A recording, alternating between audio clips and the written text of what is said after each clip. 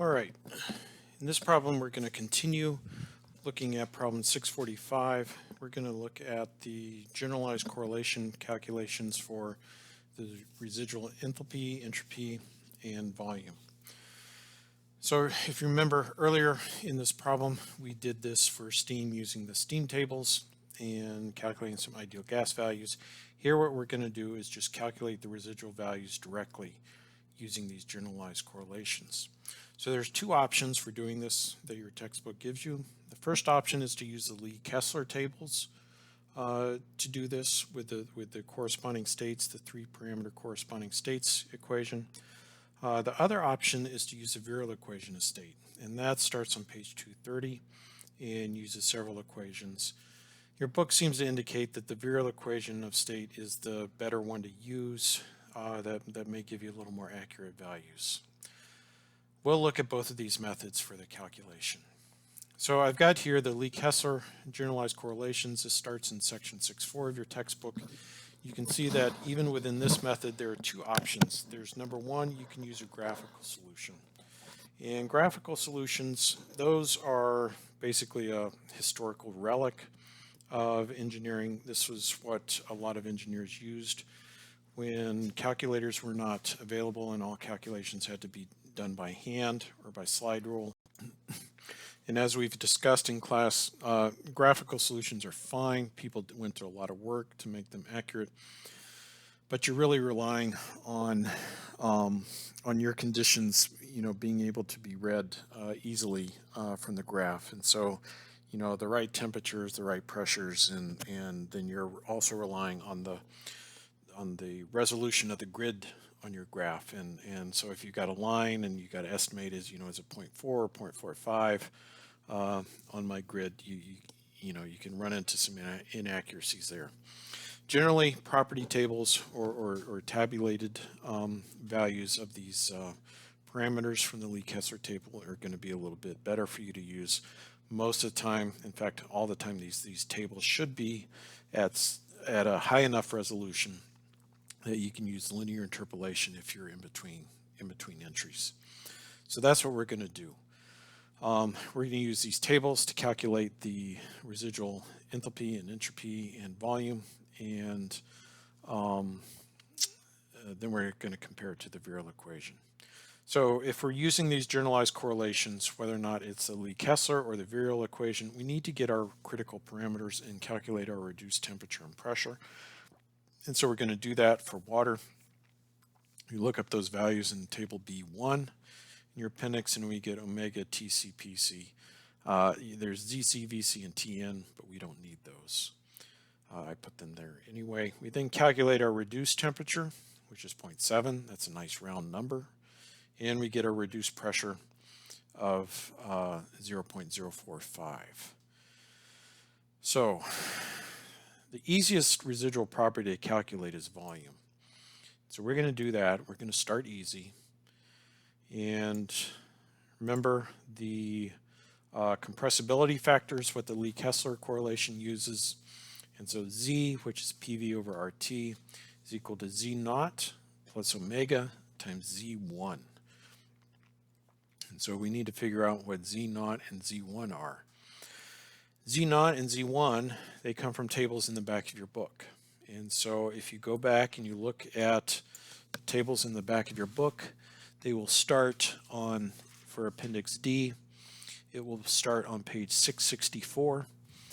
And for Z0, as you'll see, you'll go and you will see a column. Your first column is for reduced temperature, and then you have reduced pressure that is going across. Reduced temperature, that works out nicely because our reduced temperature is 0.7, and we have an entry for 0.7.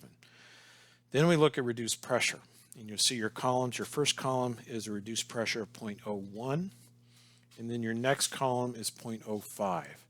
Our reduced pressure is 0.045, and so that lies in between those two entries. And so we're going to have to do a linear interpolation, go down to 0.7, reduced temperature. We're going to have to interpolate between 0.01 and 0.045 to get the value for Z0, and we'll have to do the same thing for Z1. So interpolate for Z naught. All right, X is our independent variable, M is the dependent variable, so M is going to be the Z naught we read off. X is our independent variable, which is going to be pressure. We're looking for a pressure at 0.045. We do the interpolation, we get a value of 0.955, and that is our Z naught value.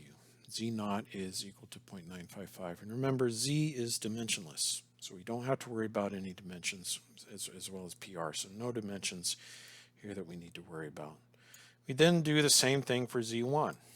And so if you look at your tables, the table for Z1 is on the very next page, which is 665. And so we have to do the same kind of interpolation. So we interpolate between 0.01 and 0.05 for our reduced pressure, and we get a value for Z1 of minus 0.046. So that's our interpolation that's gotten out of the way. Now we can just directly calculate Z. So we directly calculate Z from the equation that's given above, and we get Z is equal to 0.94. So Z is 0.94. Remember, in ideal gas, the value of Z is 1. So from this, we can calculate the volume. Now remember, this is going to be the volume of our real gas according to this generalized correlation. So the real volume is going to be Z times RT over P. We can calculate that centimeters cubed per mole, but we want to compare to what we have in the steam tables, which is centimeters cubed per gram. And so we get that, and then we calculate the residual. So this, remember, for the volume, to get the residual volume, we just compare it to the ideal gas because it's very easy to calculate. We already calculated that for the first part of problem 645. And so our residual volume is going to be about minus 12.6 centimeters cubed per gram. If you remember from the steam tables that we had earlier, I believe it was in part C, we had a residual value of minus 15 centimeters cubed per gram. So a little different than what we got with property tables. So now what we need to do is the residual enthalpy and entropy calculations. And these are going to be done in a very similar manner. We are going to have to interpolate the Lee-Kessler tables. And so the first interpolation we're going to do is for the term HR naught in the equation that we need to solve for. So HR naught, so we go to our table. Again, these tables will be in Appendix D. The HR naught tables are going to start on page 668, and then the HR1 table is going to be on the next page, page 669. So here's our interpolation for HR naught, and so remember the value in the table is HR naught is actually HR naught over RTC. And so if you want to, what I've done here is I've taken the value that I interpolated from the table, and then I multiply that by R times TC. And that gives me my HR naught in joules per mole. So I do the same thing with the HR1 term. With the HR1 term, interpolate, again, multiply through by RTC to get things in terms of joules per mole. And I get that value. And then it's simply plug and chug. And this is what we get for our residual value. So these are what we calculated by interpolation from our tables. We're dividing through by RTC, so everything inside here is dimensionless. Our dimensions come from R times TC. So HR is equal to minus 797 joules per mole. And to compare it with what we got from the steam tables earlier, which is a mass basis, we divide by the molecular weight, and we get minus 44.292 kilojoules per kilogram.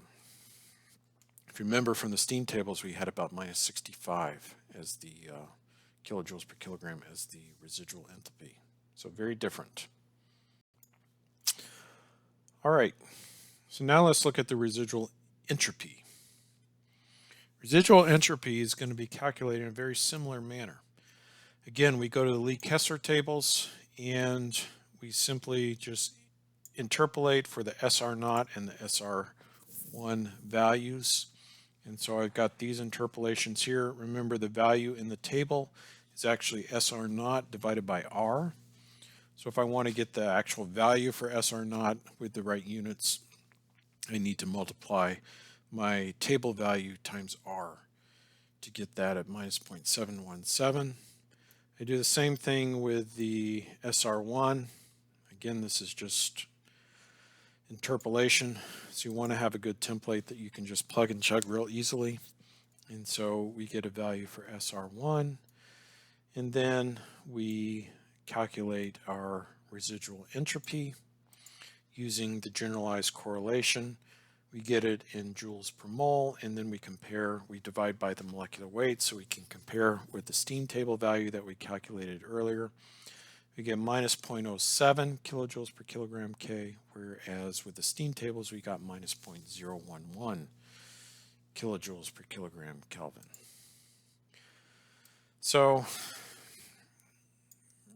it's good to every once in a while think about the results we're getting and whether or not they make sense. These residual values that we got from these Lee-Kessler generalized correlations are a little bit different than what we got from the steam tables. And the question is why? Especially if you look at the residual volume wasn't so bad, but you look at the residual enthalpy, and that was quite a bit. That's about a 30% difference. That's a big difference. So why is that? Well, I think one of the reasons is just remember that these correlations, they're generalized correlations which were meant to apply to as many chemical species as possible. And water is a pretty unique chemical species because it has very strong intermolecular interactions, hydrogen bonding, so it's going to not be very ideal. So you're not only going to get big residual properties because of that, but the ways of calculating the residual properties, remember, were to be generalized and applied to as many species as possible. Water's pretty unique, and so we're probably going to see bigger deviations from the actual residual properties that we get from steam tables than, say, some other chemical species like methane or ethane or something like that doesn't have such strong hydrogen bonding. So, I think one of the take-home lessons is that when you're dealing with water, you're dealing with steam, use the steam tables. It's going to get you, because those are based on real data, it's going to get you more accurate information. Your equations of state are only going to get you so far. So that's how you use the Lee-Kessler tables. Now what we're going to do is we're going to do the Viral equation. And you'll see this is a lot easier. The reason it's a lot easier is because we don't have to do any of those dadgum interpolations. All we do is just plug and chug into some equations. And so we start with these equations. Some of these equations we had back in chapter 3, the B0 and the B1, I believe, and then we add the DB0, DB1 equations, and then the 668 and 669 for the actual residual entropy and enthalpy calculations. And so I've got those here, B0, B1, DB0, DB1. We simply plug those into the equation for residual enthalpy. You see we get about minus 43. Residual entropy, we get about minus 0.07. And what you'll note is that that's pretty close to what we got with the Lee-Kessler tables, right? We got about minus 44 with the Lee-Kessler tables. We get about minus 43 with the Viral equation. We get about minus 0.07 with both of these for the residual entropy. So the values really aren't that different with these two different calculation methods for the residual properties. As you can see, because we do not have to do any interpolation here, it's just simply plug and chug. This, I think, is a much easier way to calculate the residual properties. And if I were to give a quiz or exam, and if I were to take a quiz or exam, this is the way I would do it. Interpolation just opens you up to too many silly mistakes, switching things around, not getting things done as having to read tables, and I just don't like interpolating if I don't have to. So this method is a lot quicker, and it gives us values that are just as good as the other method, and so if I were you, this is what I would use. So that is how we've now covered, I think, every method that we need to cover as far as how to calculate residual properties. Remember, the reason we want to do this is because there are cases where we would like to use these generalized correlations and equations of state to calculate delta G, delta H, delta S values, even delta V values for real gases, right? And we may not be so lucky as to be able to do this for water, where we have steam tables and we can do this pretty easily. What we want to do is for a gas, CO2 or ammonia or some other chemical species where we don't have nice extensive property tables, we want to be able to calculate a delta H if we're running a compression process for nitrogen, say, or a compression process for CO2, or for helium or hydrogen, or whatever it is we need. Or if we have a turbine that is running with air, and we don't happen to have property tables for air, we can do the calculations with these residual properties pretty easily by, as we'll illustrate, we first use our residual property, go down to the ideal gas state. We then calculate our delta H and delta S for an ideal gas, and then we use our residual property to go up to state 2, and then calculate the delta H for the real process. So that will be the next kind of problem that we look at in these problem-solving sessions.